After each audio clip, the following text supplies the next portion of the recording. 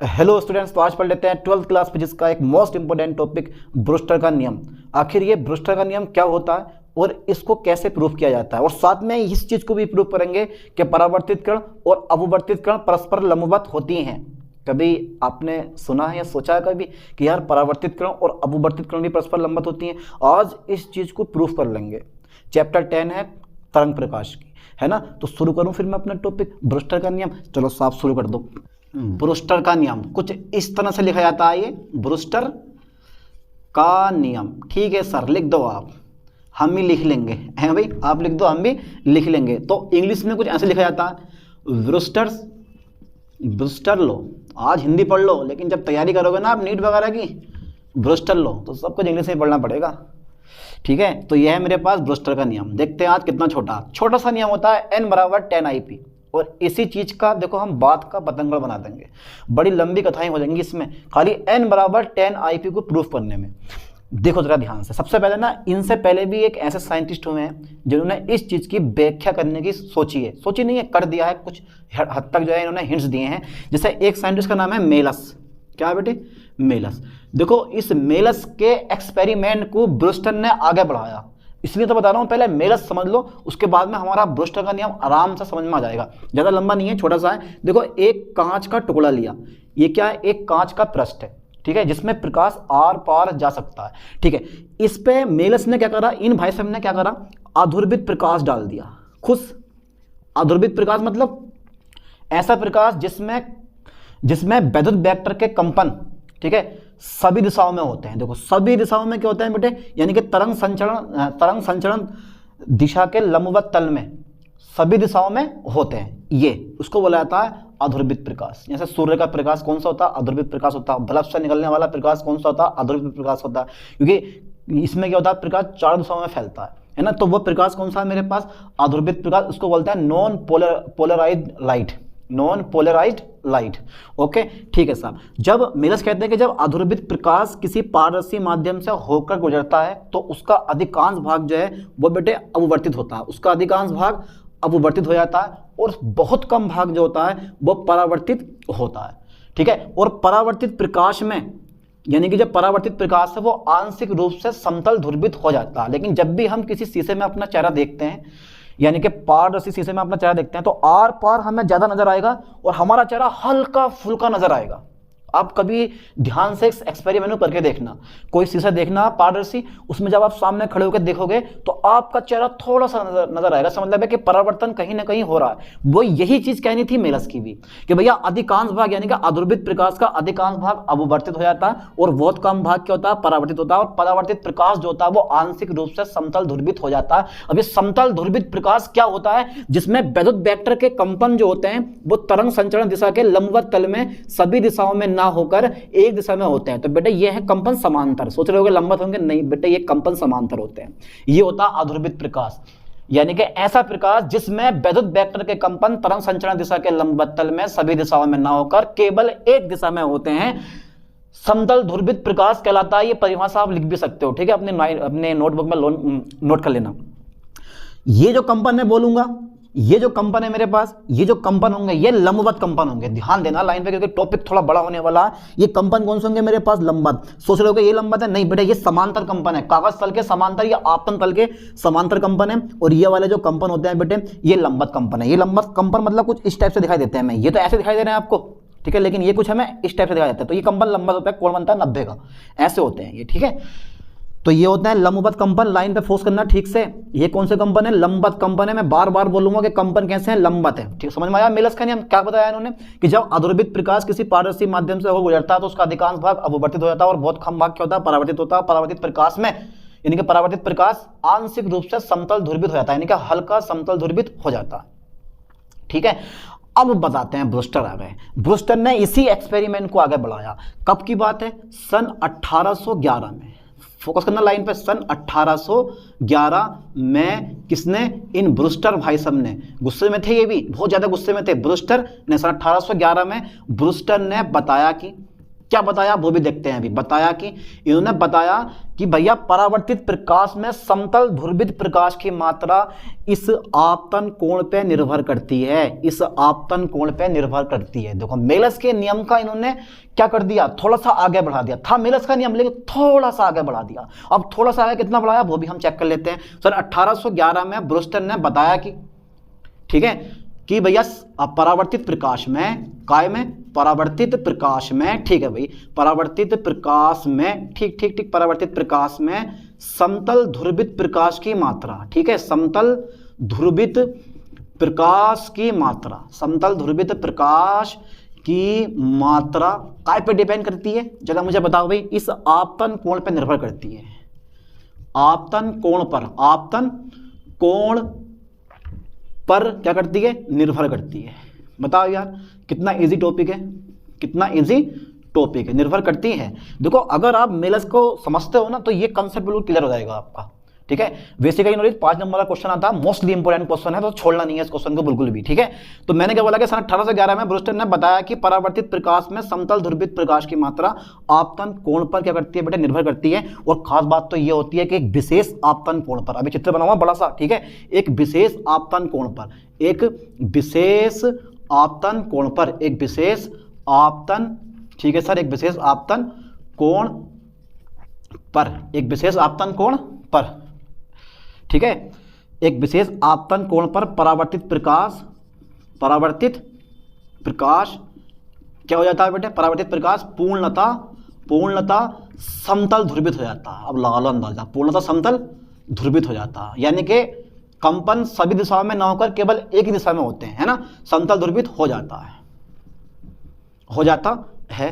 तथा कंपन जो होते हैं, लाइन पे ध्यान देना बेटे, कंपन आपतन तल के लंबवत होते हैं, कंपन आपतन तल के कैसे होते हैं, तल के लंबवत होते हैं, कंपन आपतन तल के लंबवत होते हैं। दिमाग से सोचो जरा एक बार बढ़िया, कंपन आपतन तल के लंबवत होते हैं, हाँ यार कंपन भाई आपतन तल के लंबवत होते हैं, ठीक है सर, कंपन आपतन तल के लंबवत होते हैं, कुछ इस टाइप से आता, हाँ आता नहीं लगा, आपतन तल के लंबवत होते हैं। इस आपतन कोण को क्या नाम दे दूंगा मैं, जरा मुझे बताओ भाई। इस आपतन कोण को, ठीक है भाई, इस आपतन कोण को ध्रुवण कोण कहते हैं, इस आपतन कोण को ध्रुवण कोण कहते हैं। देखो ध्रुवण कोण कहते हैं, ध्यान देना बेटे, कभी कभी एक नंबर में ये आपसे परिभाषा पूछ लेता है कि ध्रुवण कोण को परिभाषित कीजिए, तो घबराना मत कि ध्रुवण कोण क्या होता है। आप लिख सकते हो कि एक विशेष आपतन कोण पर परावर्तित प्रकाश पूर्णतः समतल ध्रुवित हो जाता है तथा कंपन आपतन तल के कैसे होते हैं, लंबवत होते हैं। इस आपतन कोण को हम क्या बोलते हैं, ध्रुवण कोण कहते हैं, ठीक है।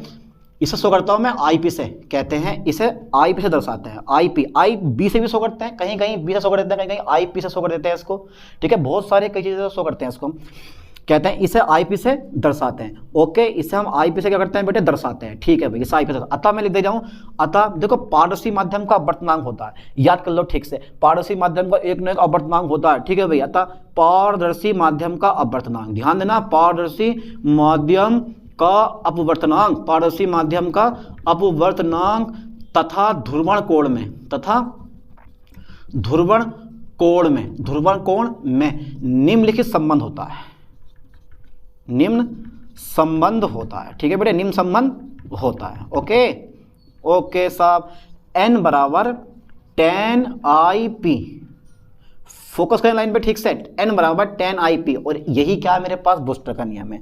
क्या कहता हूं मैं इसे बेटे, इसे ब्रूस्टर का नियम कहते हैं, ध्यान देना लाइन पे, इसे ब्रूस्टर का नियम कहते हैं, इसे ब्रूस्टर का नियम कहते हैं।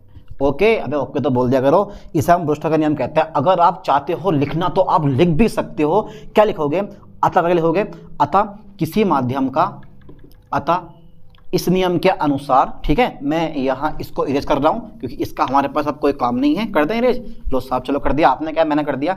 अतः इस नियम के अनुसार, फोकस करें लाइन पे ठीक से, इस नियम के अनुसार, ठीक है भाई, इस नियम के अनुसार, ठीक है ठीक है ठीक है साहब, इस नियम के अनुसार क्या होने वाला है, देखो किसी पारदर्शी मान के, इस नियम के अनुसार ध्रुवण कोण की स्पर्शजया, इस नियम के अनुसार ध्रुवण कोण की स्पर्शजया, ध्रुवण कोण की स्पर्शजया, ध्यान देना, ध्रुवण कोण की स्पर्शजया जो होती है, ध्रुवण कोण की स्पर्शजया, वो भैया आपतन, ध्रुवण कोण की स्पर्शजया यानी कि इसको हिंदी में बोला था टेंजेंट। क्या बोलते हैं बेटा हम? टेंजेंट। ध्रुवण कोण की स्पर्श जया माध्यम के, यानी कि पारदर्शी माध्यम के, मैंने पारदर्शी नहीं लिखा, खाली माध्यम लिखा, माध्यम के अपवर्तनांक के कैसी होती है? अपवर्तनांक के बराबर होती है, के बराबर होती है। ठीक है, के बराबर होती है। ठीक है भाई, यानी कि इस नियम के अनुसार ध्रुवण कोण की स्पर्श जया माध्यम के अपवर्तनांक कैसी होती है? बराबर होती है। ओके, माध्यम के अपवर्तनांक कैसी होती है? बराबर होती है। ठीक है, यानी कि ध्रुवण कोण की स्पर्शजया आपतन कोण, यानी कि ध्रुवण कोण की स्पर्शजया पारदर्शी माध्यम के अपवर्तनांक के बराबर होती है। खास बात और जो ये ध्रुवण कोण है ना, इसका मान यानी कि कांच के लिए, वायु तथा कांच पृष्ठ के लिए इसका मान होता है 57 डिग्री। कितना होता है? अगर वायु है आपकी, ध्यान देना, यदि मेरे पास वायु है तथा कांच पृष्ठ है, ठीक है बेटे, तो वायु तथा कांच पृष्ठ के लिए इसका मान कितना आता है? आईपी का जो मान आता है ध्रुवण कोण का, वो बेटा आता है 57 डिग्री होता है। ठीक है, ये मेरे पास थोड़ी सी कहानी थी ब्रूस्टर के नियम की। समझ में आया ब्रूस्टर का नियम क्या होता है? तो सिंपल सी बात है, आप लिखा ना n बराबर 10 आईपी। देखो 2 नंबर में यार खाली एक लाइन से काम नहीं चलेगा ना। 2 नंबर में पूछा जाता है कि ब्रूस्टर का नियम लिखिए, तो भैया थोड़ा सा लिखाना पड़ेगा और फिर पूछेगा सिद्ध कीजिए। ठीक है, तो सन 1811 में इस नियम का प्रतिपादन हुआ और मिलस ने क्या बताया कि एक विशेष आपतन कोण पर परावर्तित प्रकाश पूर्णतः समतल ध्रुवित हो जाता है तथा कंपन आपतन तल के लंबवत होते हैं। इस आपतन कोण को हम क्या बोलते हैं? ध्रुवण कोण कहते हैं। इसे आईपी से दर्शाते हैं। अतः पारदर्शी माध्यम का जो अपवर्तनांक होता है, वो पारदर्शी माध्यम का अपवर्तनांक और ध्रुवण कोण के बीच निम्न संबंध होता है। तो n बराबर 10 आईपी, इसे हम क्या बोलते हैं? ब्रूस्टर का नियम कहते हैं ना। अब इस नियम के अनुसार ध्रुवण कोण की स्पर्शजया पारदर्शी माध्यम के अपवर्तनांक के बराबर होती है और जल, वायु और कांच पृष्ठ के लिए इसका मान होता है 57 डिग्री, है ना। अब इसको कर लेते हैं प्रूफ करेंगे चित्र बना के। यहाँ तक का स्क्रीनशॉट ले लेना भाई, ले लिया होगा स्क्रीनशॉट इसका, ले लिया भाई, चलो हटा दें इसको। ठीक है साहब, अब जब मैं करवाने वाला हूँ ना तुम्हें, बड़ा ज़रूरी टॉपिक है। ठीक है, इस ब्रूस्टर के नियम का प्रूफ, छोटा सा प्रूफ है, आराम से हो जाएगा, डरो मत। ठीक है, ब्रूस्टर के नियम का करवाने वाला हूँ प्रूफ। चलो साहब देखते हैं क्या प्रूफ है, आखिरकार इतना तहलका क्यों मचा रखा है इस प्रूफ ने। ठीक है, चलो साहब देखो प्रूफ करवाता हूँ। अब प्रूफ करने के लिए ना तुम्हें छोटा सा चित्र बनाना पड़ेगा एक। ठीक है, प्रूफ तभी होगा जब तक आप चित्र नहीं बनाओगे। जब बनवाना है फिर चित्र बनवा दो सर। चित्र देखो ध्यान से, ये मैंने एक कांच का पृष्ठ खींच लिया, जिसको मैं बोलूँगा, ये थोड़ी लाइन टेढ़ी जा रही है, सीधी लाइन करते हैं। ठीक है, ये कांच का क्या है, मेरे पास एक पृष्ठ खींचा मैंने। ठीक है बेटे, अब इससे मैंने एक अभिलंब खींच दिया।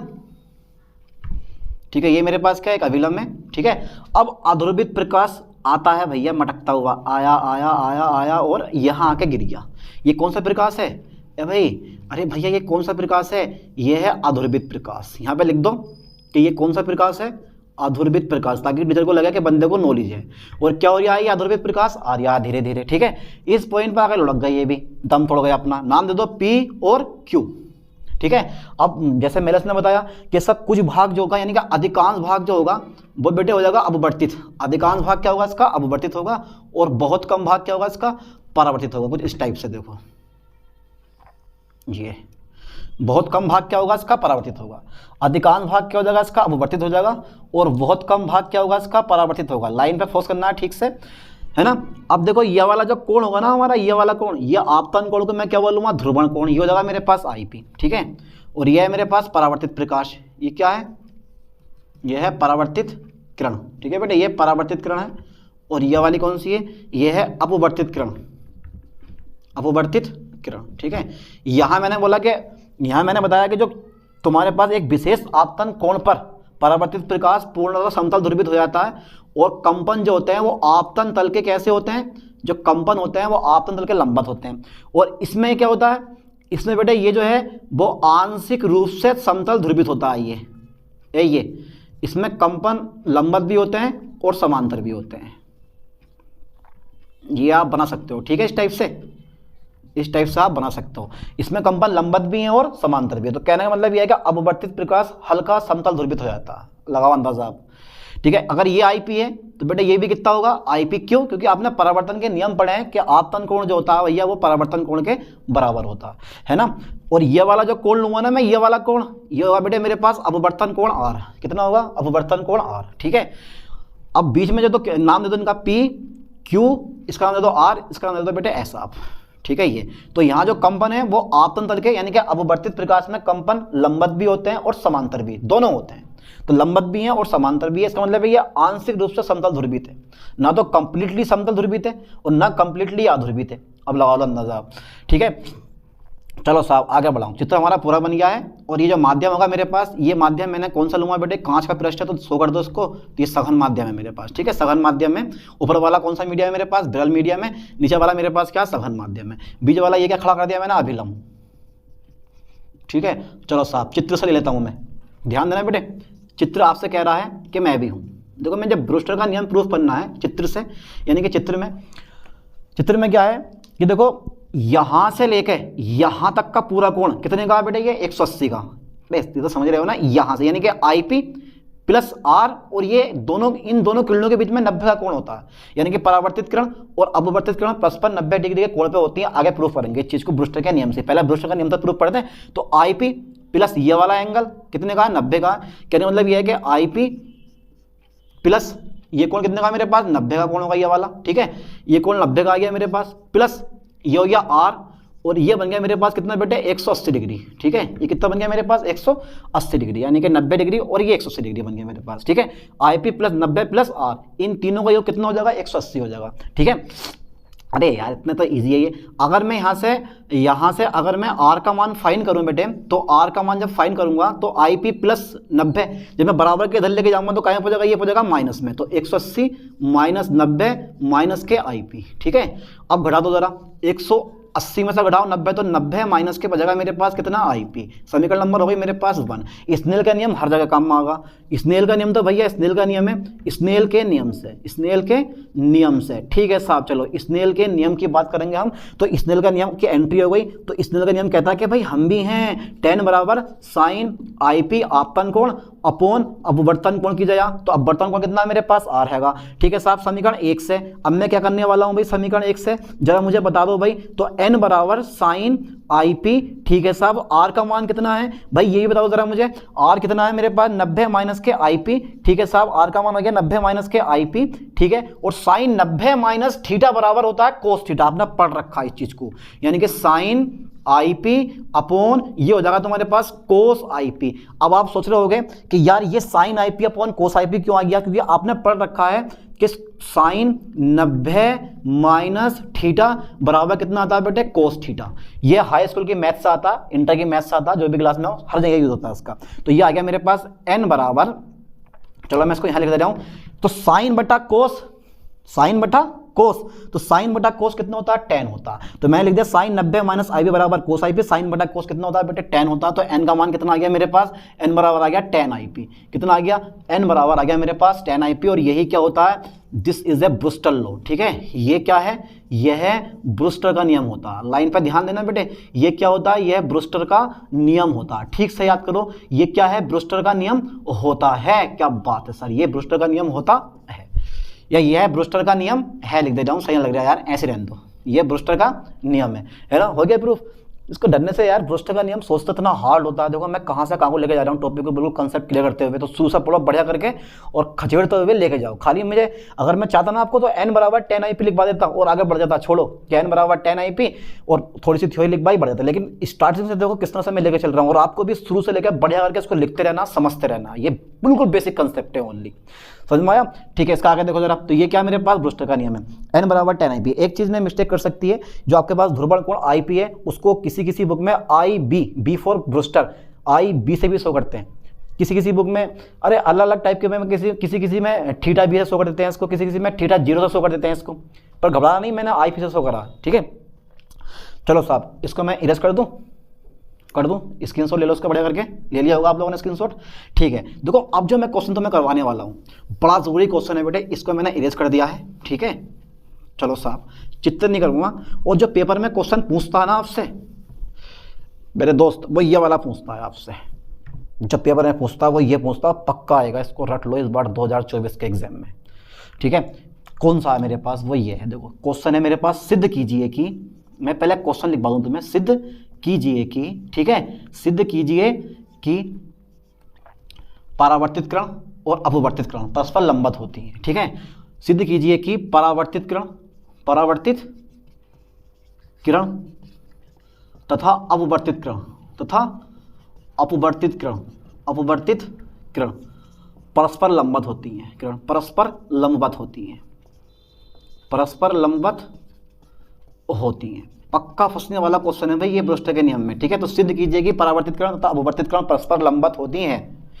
अब कैसे प्रूफ करना वो आप खुद देखोगे अपना आप, ठीक है।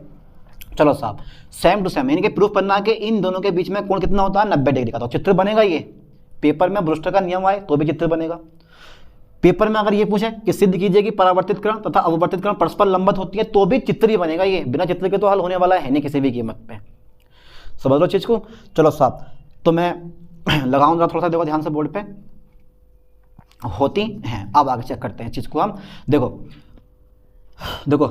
ध्रुवण कोण कितना है मेरे पास IP है तथा माध्यम का अपवर्तनांक कितना है N है, ठीक है। मान लेता हूं मैं, माना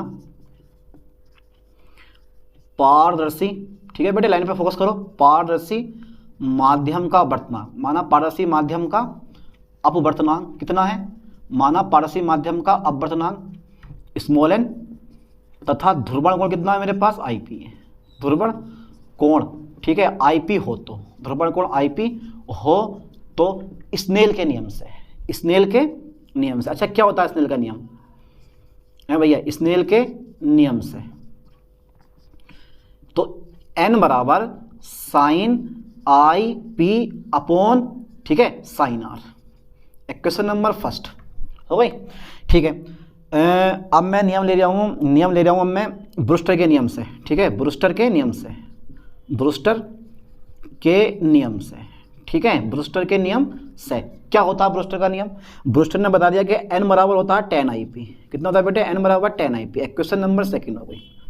अब समीकरण 1 और 2 की तुलना कर दो, compare between equation first and second. समीकरण 1 और 2 की तुलना करो तो ये दोनों बराबर हैं, तो ये दोनों भी आपस में कैसे हो जाएंगे, बराबर हो जाएंगे, ठीक है। चलो साहब लिख दे रहा हूं मैं, समीकरण 1 व 2 की क्या करने पर, 2 की तुलना करने पर, चलो साहब लो मैं तुलना कर दे रहा हूँ, आज छोड़ूंगा थोड़ी ना सब कुछ। तो ये आ जाएगा मेरे पास 10 IP बराबर हो गया मेरे पास साइन IP अपॉन हो गया मेरे पास साइन R, ठीक है। खोल दें इसको, 10 बराबर होता है साइन बटा कोस, 10 बराबर कितना होता है बेटे, साइन बटा कोस, यानी कि sine IP upon cos IP बराबर, इसको भी लिख लो, sine IP upon sine R। तो ये साइन IP से साइन IP कट गया, 10 बराबर होता है साइन बटा, यानी कि 10 बराबर होता है sine upon cos, sine tan theta बराबर sine theta upon cos theta, ठीक है। तो साइन 10 बराबर साइन अपॉन कोस, तो sine IP upon cos IP, तो साइन से साइन कट गया तो कोस IP बराबर हो गया साइन R के, ठीक है।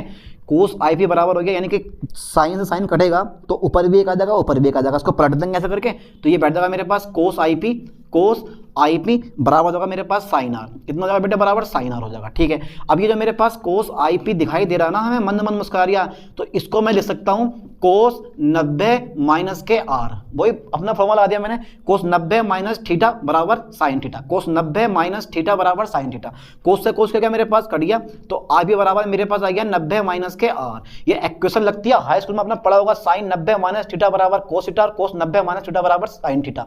तो मैंने साइन R को क्या लिखा है, मैंने साइन R को लिखा कोस 90 माइनस के R, ठीक है। तो कोस से कोस कटा, ये जो माइनस का R दिखाई दे रहा है इसको बराबर के धर लेगा तो ये आ जाएगा प्लस में, क्या आ जाएगा बेटे, प्लस में, ये आ गया मेरे पास 90 डिग्री। क्वेश्चन नंबर मेरे पास वही थर्ड, ठीक है। तो IP बराबर मेरे पास कितना हो गया, IP प्लस R बराबर कितना हो गया 90। अब देखो यानी कि अब मेरे पास क्या आती है, अब मेरे पास सिस्टम आ जाता है, देखो भैया मेरे पास सिस्टम क्या आता है, पूरा सिस्टम लेते हैं। देखो चित्र से एक तो हमारा ये वाला एंगल हमें प्रूफ करना है कि RQS 90 डिग्री का है, ठीक है। तो मैं इसको जो है इधर कर रहा हूँ प्रूफ, पहला आप ये उतारना बढ़िया करके, फिर ये उतारना, इसके बाद जो है मैं ये उतारूँ। देखो चित्र से आगे ही कहानी है, चित्र से। तो देखो एंगल ले लो IP, ध्यान देना बेटे, ठीक है, angle IP plus angle RQS, angle RQS plus, ध्यान देना प्लस के हमारा R हो गया, प्लस के R बराबर कितना हो गया इनका योग 180 डिग्री, 180 डिग्री बराबर हो गया मेरे पास कितना बेटे 180 डिग्री, यानी कि IP प्लस एंगल RQS और प्लस एंगल आर, तो तीनों मिलकर ये 180 के बैठ रहे हैं। ठीक है, अब आप चेक करो कि आई पी प्लस आर, मैं दे रहा हूँ आई पी प्लस के आर और प्लस के एंगल आर क्यू एस बराबर कितना हो गया 180 डिग्री। और समीकरण 3 से चेक कर लो कि भाई समीकरण 3 से जो मेरे पास आई पी प्लस आर है, आई पी प्लस आर है वो किसके बराबर है 90 के बराबर है, ये 90 डिग्री के बराबर है। ठीक है, मैंने डिग्री लगा दी, कोई दिक्कत नहीं है। 90 डिग्री प्लस के हो गया एंगल आर क्यू एस बराबर हो गया 180 डिग्री। इस 90 डिग्री को बराबर किधर लेके जाओ तो एंगल आ जाएगा आर क्यू एस बराबर 180 माइनस के 90 डिग्री।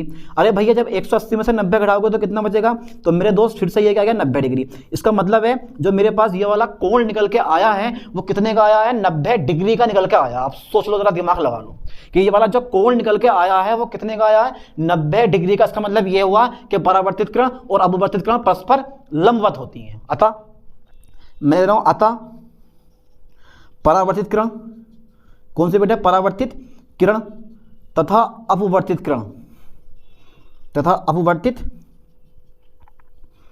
किरण परस्पर लंबवत होती हैं, परस्पर लंबवत होती हैं।